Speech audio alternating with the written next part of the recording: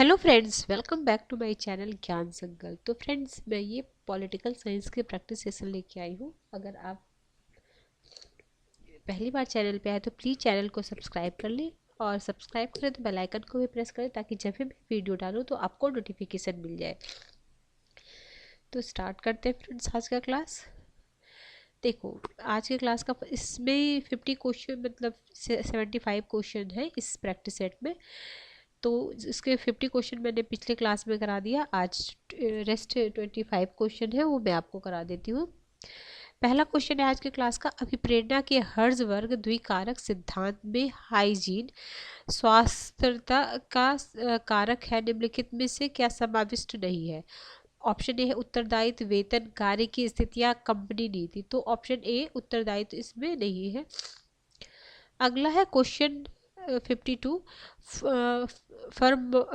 Performance budget निष्पादन budget शब्दावली किसके द्वारा गढ़ी गई। ये यूएसए के प्रथम हूवर कमीशन जो था उसके द्वारा गढ़ी गई थी। Option number B is the right answer. देखो, कब हुआ था, वर्ष 1949 में हूवर आयोग ने सिफारिश की थी कि बजट के कार्यों और क्रियाओं का प्रयोजन की रूपरेखा होना चाहिए। जब बजट इस भांति बनने लगेगा कि क्या कार्य संपादित किए गए और क्या सेवाएं दी जा रही है। अगला है, भारत में संस्थागत ढांचे और आवश्यकताओं पर निष्पादन बजट प्रक्रिया की संगति अध्ययन सर्वप्रथम डीन एप्पलबी द्वारा की गई। लोकसभा में प्राक्कलन समिति ने अपनी 20वीं रिपोर्ट में यह सिफारिश की कि बजट में शामिल की गई योजनाओं पर परिव्यय के विविधता आकलन के लिए बजट निर्माण की निष्पादन कम कार्यक्रम व्यवस्था आदर्श हो रहेगी। खासतौर से बड़े स्तर की विकास गतिविधियों के मामले में केंद्र वित्त मंत्रालय द्वारा अप्रैल 1968 में चुनिंदा संगठनों का निष्पादन बजट 1960 से 69 शीर्षक ने एक दस्तावेज लोकसभा में प्रस्तुत किया गया। चलो ठीक है। अगला क्वेश्चन 53, लोक निगम की कार्यविधि के बारे में निम्नलिखित में से कौन सी सिफारिश भारत के प्रशासनिक सुधार आयोग द्वारा नहीं किया गया। यानी तीन इस पे किया। देखो, पहला है उच्च नहीं किया गया, इसमें देखना उच्च अधिकारी का पूर्णकालिक कर्मचारी होना, संबंध मंत्रालय के सचिव को प्रबंध मंडल के सदस्य के रूप में हमेशा शामिल किया जाना चाहिए। तो यही नहीं, ऑप्शन बी आंतरिक लेख परीक्षा को अधिक प्रभावी बनाया जाना चाहिए। नहीं, ठीक है। अगला है पद वर्गीकरण, निम्नलिखित में से किसका वर्गीकरण है। तो ये है कर्तव्य भार, ड्यूटी का पद वर्गीकरण। अगला है 54 के बाद है आपका 55 क्वेश्चन, अधिकारियों का पेशेवर निकाय जो अस्थायी वैतनिक और कुशल होता है, सिविल सेवा को इन शब्दों में किसने परिभाषित किया। तो हरमन फाइनर ने किया। देखिए, अधिकारियों को पेशेवर निकाय जो अस्थायी वैतनिक और कुशल होता है सिविल सेवा के इन शब्दों को किसने परिभाषित किया। तो हरमन फाइनर ने किया था। अगला क्वेश्चन है क्वेश्चन नंबर 56, निम्नलिखित किस रिपोर्ट में विशेषज्ञों और सामान्यज्ञों के संबंध में विचार किया गया। क्या विचार किया गया। फुल्टन समिति रिपोर्ट, ऑप्शन डी। अगला है अनुसूचित जातियों और अनुसूचित जनजातियों के लिए सेवाओं में आरक्षण के प्रावधान निम्नलिखित में से किस अनुच्छेद के तहत है। तो अनुच्छेद 335, अनुसूचित जाति अनुसूचित जनजातियों के लिए सेवाओं में आरक्षण का प्रावधान। अगला है आपका क्वेश्चन नंबर 58, गैंग प्लैंक का संबंध निम्नलिखित में से किससे है। तो ये है स्तर से लेवल जंपिंग, शेषांतरण। ठीक है, स्तर शेषांतरण। अगला है, निम्नलिखित में कौन सी लोक निगम की विशेषता नहीं है। तो यह न किसी पर मुकदमा चला सकता है और न इस पर मुकदमा चलाया जा सकता है। क्या नहीं है। तो नहीं में भी है। और क्या है में, यह कानूनी पहचान है। यह किसी अनुबंध कर सकता है किसी से भी। यह संपत्ति का मालिक हो सकता है। निम्नलिखित में कौन लोक निगम की विशेषता नहीं है। तो बी वाला नहीं है। और बाकी विशेषता क्या क्या है, ये है, ये है और ये इसकी विशेषता।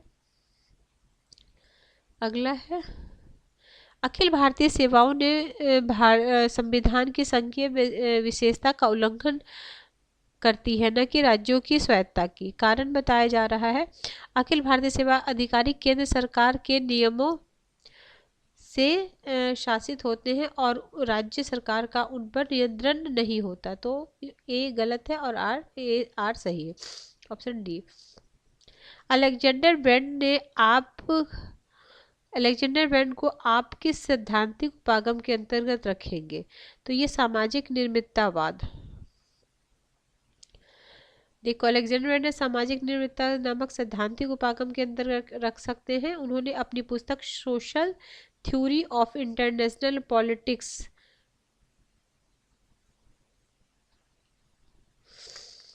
अगला है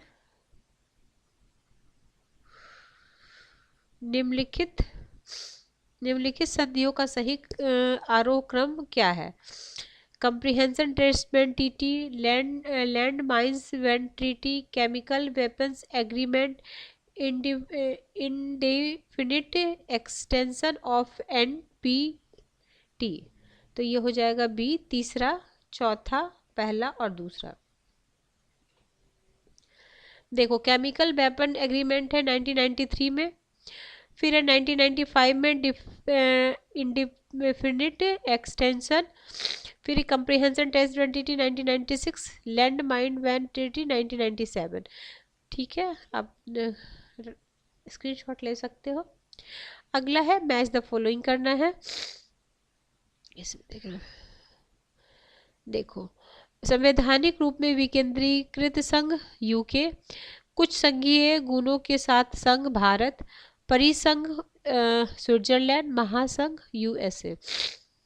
अगला है संचार उपागम का आविर्भाव किससे माना जा सकता है?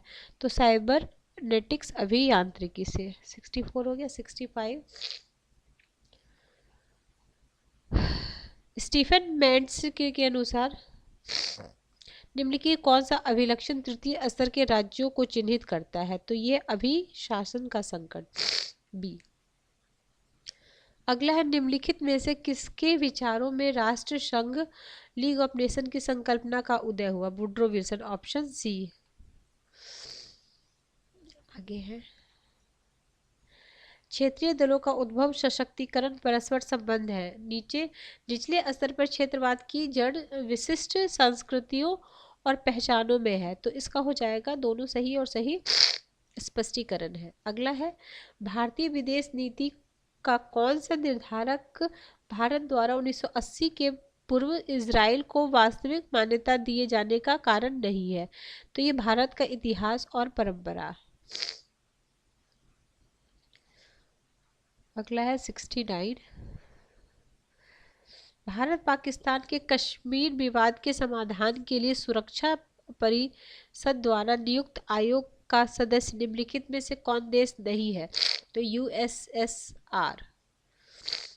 अगला है अंतर्राष्ट्रीय संबंध में हॉटलाइन का क्या अर्थ होता है? तो अंतर्राष्ट्रीय संबंध में जो हॉटलाइन होता है वो होता है, देखो सब होता है तो सबको देख लो क्या क्या है इसमें जो दिया हुआ। देखो,